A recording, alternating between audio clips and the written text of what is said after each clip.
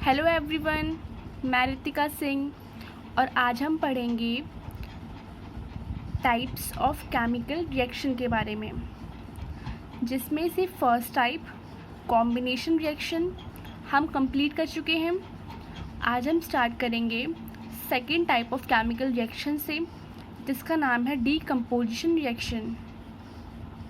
Decomposition reaction वो reaction होती है जिसमें एक सिंगल रिएक्टेंट ब्रेक होता है अपने सिंपल प्रोडक्ट्स में। इसमें इन्वॉल्वमेंट होगी एक सिंगल रिएक्टेंट की, वो रिएक्शन जिसमें एक सिंगल रिएक्टेंट होगा और वो अपने सिंपल प्रोडक्ट्स में अगर ब्रेक हो रहा है तो हम इस टाइप की रिएक्शन को बोलेंगे डीकम्पोजिशन रिएक्शन। अगर हम एग्जांपल लें, मान लो, सिर्फ मानने के लिए, समझने के लिए है, एक बहुत बड़ा पत्थर है और आपको उसे तोड़ना है। एक बड़े से पत्थर को आपने छोटे पत्थरों में तोड़ दिया, तो ऐसा भी इस रिएक्शन में भी हो रहा है। एक सिंगल रिएक्टेंट अपने सिंपल प्रोडक्ट्स में ब्रेक हो रहा है। वो रिएक्शन जिसमें एक सिंगल रिएक्टेंट अपने सिंपल प्रोडक्ट्स में ब्रेक हो, उस टाइप की रिएक्शन को हम बोलते हैं डीकम्पोजिशन रिएक्शन। अगर आपको पत्थर तोड़ना है तो आपको इंस्ट्रूमेंट्स चाहिए होंगे, वैसे ही अगर डीकम्पोजिशन रिएक्शन होगी तो उसमें भी रिक्वायरमेंट होगी, उसमें भी प्रेजेंस होगी, या तो हीट की, या फिर लाइट की, या फिर इलेक्ट्रिसिटी की। क्योंकि अगर कोई रिएक्शन हो रही है, जैसे कॉम्बिनेशन में क्या था, दो रिएक्टेंट कंबाइन हुए और उन्होंने एक प्रोडक्ट दे दिया, पर यहाँ पे तो रिएक्टेंट सिंगल है। अगर रिएक्टेंट सिंगल है तो वो अपने प्रोडक्ट्स में कैसे टूटेगा? तो यहाँ पे प्रेजेंस होना ज़रूरी है, या तो वो हीट की हेल्प से टूटे, या फिर लाइट की हेल्प से, या फिर इलेक्ट्रिसिटी की हेल्प से।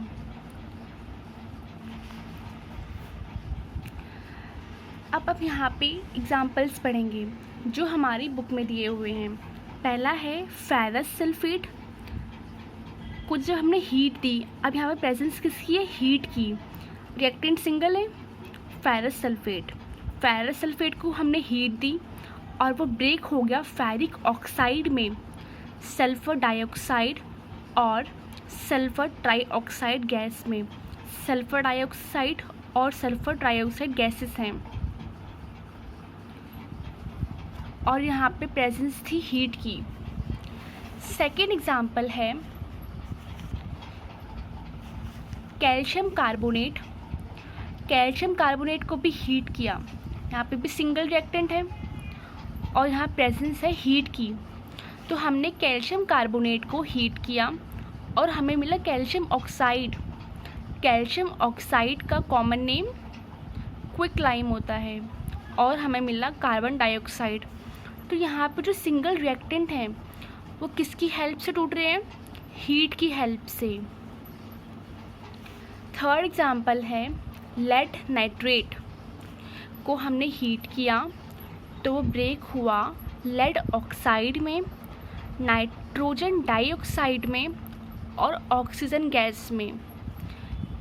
इस रिएक्शन से क्वेश्चन आता है, कभी कभी इस टाइप का क्वेश्चन आता है कि लेड नाइट्रेट को जब हीट करते हैं तो उससे ब्राउन कलर की फ्यूम्स निकलती हैं। वो ब्राउन कलर की फ्यूम्स किसकी होती हैं? आपको आइडेंटिफाई करना है। जब भी हम लेड नाइट्रेट को हीट करते हैं तो उससे हमें मिलता है लेड ऑक्साइड, नाइट्रोजन डाइऑक्साइड और ऑक्सीजन गैस, और नाइट्रोजन डाइऑक्साइड की ब्राउन फ्यूम्स होती है। अब तक आपने जितनी भी रिएक्शन देखी, चाहे वो फेरस सल्फेट की हो, कैल्शियम कार्बोनेट की हो या लेड नाइट्रेट की हो, इन तीनों रिएक्शंस में रिएक्टेंट ब्रेक हुए हैं with the help of heat. तो इस टाइप की रिएक्शन को हम बोलेंगे थर्मल डीकम्पोजिशन रिएक्शन। ये तीनों एग्जाम्पल थे डीकम्पोजिशन रिएक्शन के, पर इसमें इन्वॉल्वमेंट किसकी है? हीट की। हीट के लिए जो टर्म हम यूज़ करते हैं उसका नाम है थर्मल। तो इन रिएक्शंस को हम बोलेंगे थर्मल डीकम्पोजिशन रिएक्शन। नेक्स्ट 2 और एग्जांपल्स हैं आपकी बुक में। सिल्वर क्लोराइड, सिल्वर क्लोराइड, और यहाँ पे वो ब्रेक हो रहा है किसकी हेल्प से? सनलाइट की हेल्प से। यहाँ पे प्रेजेंस है सनलाइट की, सिल्वर क्लोराइड है और हमने सनलाइट दी और वो ब्रेक हुआ सिल्वर में और क्लोरीन में। सिल्वर क्लोराइड वाइट कलर का होता है और सिल्वर ग्रे कलर का। फिर सेकंड है सिल्वर ब्रोमाइड, सनलाइट की प्रेजेंस में सिल्वर ब्रोमाइड ब्रेक हुआ सिल्वर में और ब्रोमीन में। इन दोनों रिएक्शंस का यूज़ होता है ब्लैक एंड वाइट फोटोग्राफी में। और ये दोनों रिएक्शंस किसकी हेल्प से हो रही हैं? इन दोनों रिएक्शंस में रिएक्टेंट ब्रेक हो रहा है अपने सिंपल कंपाउंड्स में with the help of sunlight. तो इस टाइप की रिएक्शन को हम बोलेंगे photochemical decomposition reaction. Decomposition reaction के एग्जांपल्स ये ऑलरेडी हैं, पर प्रेजेंस किसकी है? सनलाइट की, तो इसलिए हमने नाम यूज़ करा फोटोकेमिकल। आपने फोटोसिंथेसिस के बारे में सुना होगा। फोटोसिंथेसिस वो प्रोसेस होती है जिसके थ्रू प्लांट्स अपना खाना बनाते हैं। फोटो मतलब सनलाइट, सिंथेसिस मतलब फूड को प्रिपेयर करना। यहाँ पे photo chemical, photo means sunlight, chemical means chemical reaction हो रही है, तो इसको हमने बोला फोटोकेमिकल डीकम्पोजिशन रिएक्शन। और यहाँ पे क्या हो रहा है? जितनी भी रिएक्शंस आपने देखी, एक सिंगल रिएक्टेंट है, बहुत इंपॉर्टेंट है सिंगल रिएक्टेंट। जहाँ भी आपको सिंगल रिएक्टेंट दिखे मतलब वहाँ पे कौन सी रिएक्शन? Decomposition reaction. जहाँ पे सिंगल रिएक्टेंट अपने सिंपल प्रोडक्ट्स में ब्रेक हो, उस टाइप की रिएक्शन को हम बोलते हैं decomposition reaction. Third type of chemical reaction है डिस्प्लेसमेंट रिएक्शन। डिस्प्लेसमेंट रिएक्शन वो रिएक्शन होती है जिसमें एक मोर रिएक्टिव एलिमेंट डिस्प्लेस कर देता है एक लेस रिएक्टिव एलिमेंट को। डिस्प्लेस मतलब अपनी जगह से हटा देना। सिंपल सी बात है, जो मोर रिएक्टिव होगा, जो मोर पावरफुल होगा, वो लेस पावरफुल को हटा देगा।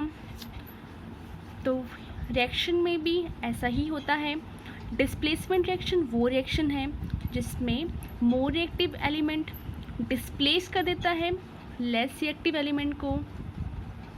अब क्वेश्चन आता है, हमें कैसे पता लगेगा कौन सा एलिमेंट मोर रिएक्टिव है और कौन सा एलिमेंट लेस रिएक्टिव? इसके लिए हमारे पास है एक रिएक्टिविटी सीरीज़ जिसके थ्रू हम आइडेंटिफाई कर सकते हैं कि कौन सा एलिमेंट मोर रिएक्टिव है और कौन सा एलिमेंट लेस रिएक्टिव। चलो देखते हैं उस रिएक्टिविटी सीरीज़ को। जैसा कि आप देख सकते हो यहाँ पे potassium, sodium, calcium, magnesium, aluminium, zinc, ferrous, lead, hydrogen, copper, mercury, silver, gold, platinum, ये एलिमेंट्स लिखे हुए हैं। जितने भी एलिमेंट्स ऊपर लिखे हैं वो मोर रिएक्टिव है। अगर आप नीचे से ऊपर जाओगे तो रिएक्टिविटी इंक्रीज़ होगी, मतलब ऊपर वाले एलिमेंट्स मोर रिएक्टिव हैं और नीचे वाले लेस रिएक्टिव। अगर आप ऊपर से नीचे आओगे तो रिएक्टिविटी डिक्रीज़ होगी, यहाँ से ऊपर जाओगे तो रिएक्टिविटी इंक्रीज़ होगी।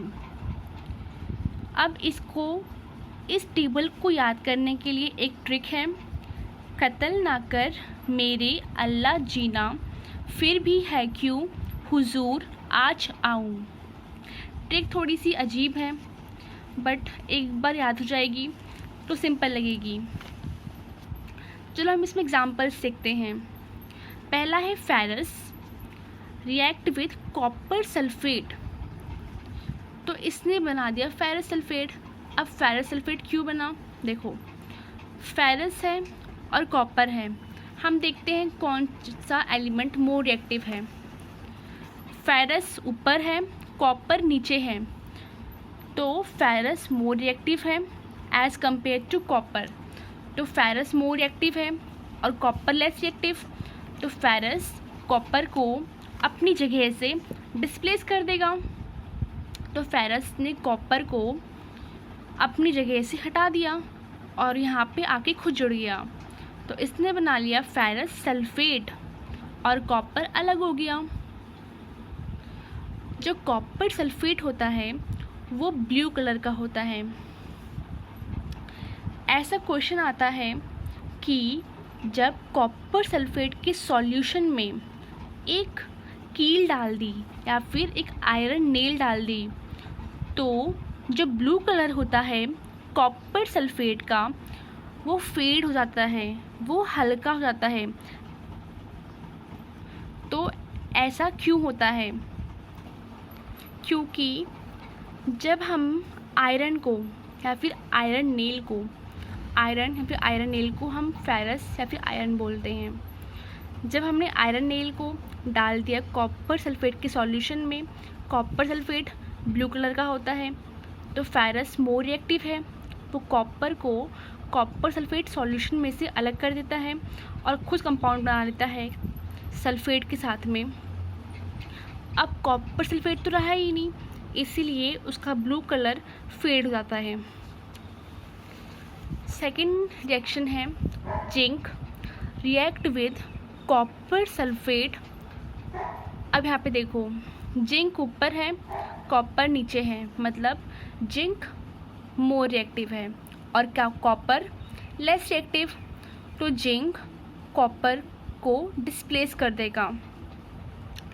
यहाँ पे देखो जिंक ने कॉपर को कॉपर सल्फेट के सॉल्यूशन में से डिस्प्लेस कर दिया और खुद बना लिया जिंक सल्फेट और कॉपर अलग हो गया। यहाँ पे देखो लेड है और कॉपर क्लोराइड। लेड यहाँ पे ऊपर है और कॉपर नीचे, तो लेड मोर रिएक्टिव है और कॉपर लेस रिएक्टिव, तो लेड कॉपर को डिस्प्लेस कर देगा और खुद कंपाउंड बना लेगा क्लोरीन के साथ में और बन जाएगा लेड क्लोराइड और कॉपर अलग हो जाएगा। कभी कभी रिएक्शन ऐसे आती है जैसे सपोज़ कि फेरस है और प्लस में जिंक क्लोराइड है। अब हमें पता है कि जो फेरस है वो लेस रिएक्टिव है और जिंक मोर रिएक्टिव, तो फेरस तो डिस्प्लेस कर नहीं पाएगा, इसीलिए रिएक्शन भी नहीं होगी। तो ज़रूरी नहीं है कि अगर साथ में दो एलिमेंट्स लिखे हैं और आपसे पूछा है कि क्या रिएक्शन होगी या नहीं, तो आपको रिएक्टिविटी सीरीज़ देखनी है कि रिएक्शन पॉसिबल है या नहीं। जैसे अभी एग्जांपल दिया आपको कि फेरस ने अगर रिएक्शन करी जिंक क्लोराइड से, तो फेरस तो नीचे है और जिंक ऊपर, मतलब जिंक तो मोर रिएक्टिव है और फेरस लेस रिएक्टिव, तो फेरस तो जिंक क्लोराइड में से जिंक को डिस्प्लेस कर ही नहीं पाएगा, तो रिएक्शन यहाँ पे पॉसिबल नहीं होगी। तो अगर कोई रिएक्शन लिखी है तो आपको चेक करना पड़ेगा। अगर आपसे पूछा है कि प्रोडक्ट लिखो, तो आपको चेक करना पड़ेगा कि रिएक्शन पॉसिबल है या फिर नहीं। 4 टाइप की रिएक्शन है। डबल डिस्प्लेसमेंट रिएक्शन, इससे पहले हमने पढ़ी थी डिस्प्लेसमेंट रिएक्शन। अब डबल डिस्प्लेसमेंट क्या है? डबल डिस्प्लेसमेंट रिएक्शन वो रिएक्शन जिसमें एक्सचेंज ऑफ आयन्स हो, ठीक है। एक्सचेंज ऑफ आयन्स, आयन्स मतलब आयन मतलब चार्ज या तो पॉजिटिव होगा या फिर नेगेटिव। और चार्ज हम पढ़ क्या रहे हैं? केमिस्ट्री में पॉजिटिव चार्ज या फिर नेगेटिव चार्ज किस पे होगा? एटम पे होगा। पहले समझते हैं डबल डिस्प्लेसमेंट रिएक्शन क्या बोलती है। डबल डिस्प्लेसमेंट रिएक्शन वो रिएक्शन है जिसमें एक्सचेंज ऑफ आयन्स हो, कहाँ पर, रिएक्टेंट्स में, जो भी चेंज होगा वो तो रिएक्टेंट में ही होगा। हम समझते हैं आयन क्या है। अगर आपको पता है कि आयन्स क्या होते हैं तो आप इस टॉपिक को स्किप कर सकते हो। आयन दो टाइप्स की होंगे, या तो पॉजिटिव होंगे या फिर नेगेटिव होंगे। अगर पॉजिटिव है तो उसके लिए हम यूज़ करेंगे कैटायन, अगर नेगेटिव है तो एनायन। देखो यहाँ पे एक एलिमेंट लिखा है मैग्नीशियम। मैग्नीशियम का एटॉमिक नंबर कितना होता है, 12। अगर हम इसकी इलेक्ट्रॉन्स को भरेंगे तो कैसे भरेंगे, पहले शेल में 2 इलेक्ट्रॉन, सेकेंड शेल में 8 इलेक्ट्रॉन्स, थर्ड शेल में 2 इलेक्ट्रॉन्स।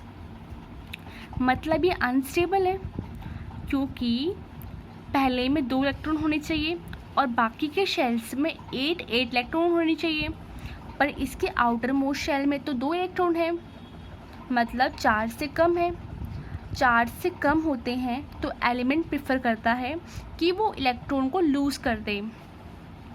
तो मैग्नीशियम अपने 2 इलेक्ट्रॉन को लूज़ कर देगा।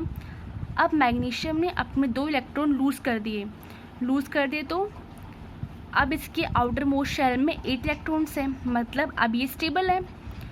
तो ये देखो मैग्नीशियम ने 2 इलेक्ट्रॉन लूज़ करे और मैग्नीशियम ने इलेक्ट्रॉन दिए हैं और देने वाला अमीर होता है, इसीलिए पॉजिटिव चार्ज। और पॉजिटिव मतलब कैटायन, तो ये है कैटायन। अगर हम बात करें क्लोरीन की, क्लोरीन 17 नंबर पे है। अगर हम इसके इलेक्ट्रॉन्स भरेंगे तो पहले शेल में 2 इलेक्ट्रॉन, दूसरे शेल में 8 इलेक्ट्रॉन, तीसरे शेल में भी 8 इलेक्ट्रॉन होने चाहिए, तभी एक एलिमेंट स्टेबल होगा।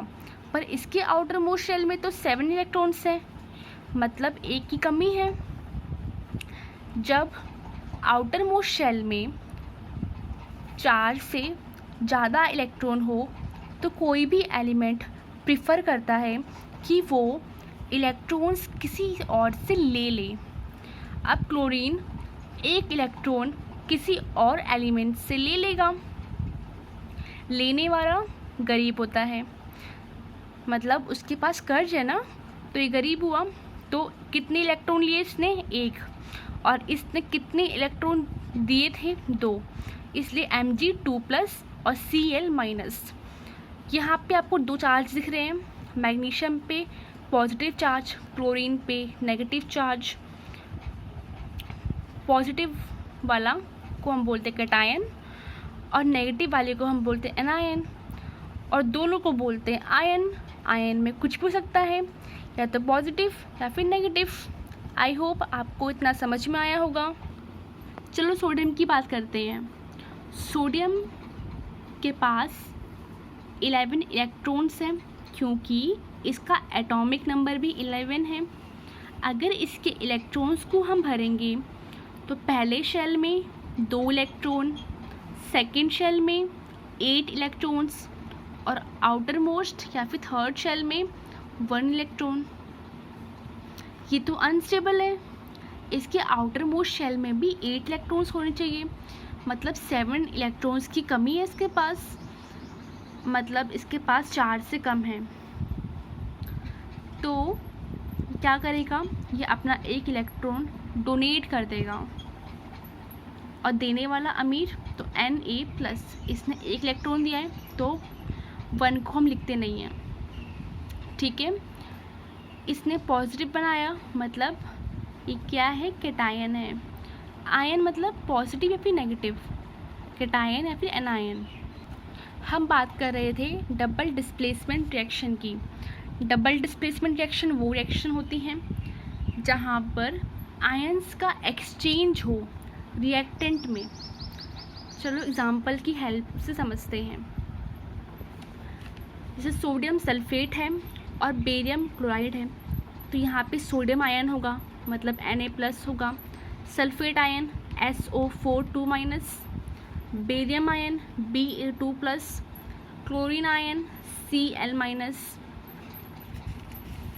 तो यहाँ पर एक्सचेंज होता है आयंस का। सोडियम का एक्सचेंज हो गया बेरियम से, तो सोडियम की जगह बेरियम आ गया और बेरियम की जगह सोडियम आ गया। देखते हैं यहाँ पे क्या हुआ। देखो यहाँ पे ये यहाँ चला गया तो इसने बना लिया बेरियम सल्फेट, और सोडियम यहाँ पर आ गया तो इसने बना लिया सोडियम क्लोराइड। तो यहाँ पे हुआ एक्सचेंज ऑफ आयंस। आप इसको ऐसे भी समझ सकते हो, डिस्प्लेसमेंट रिएक्शन में एक एलिमेंट दूसरे को डिस्प्लेस कर देता था और खुद लग जाता था, और ये वाला एलिमेंट अकेला था। पर यहाँ पर ऐसा नहीं है, यहाँ पर इसने इसकी जगह ले ली और इसने इसकी जगह ले ली, और यहाँ पर एक फॉर्म हुआ है प्रेसिपिटेट। प्रेसिपिटेट होता है इनसॉल्यूबल सब्सटेंस, कोई भी इनसॉल्यूबल सब्सटेंस इन वाटर, कोई भी चीज़ जो घुले ना पानी में, उसको हम बोलेंगे प्रेसिपिटेट।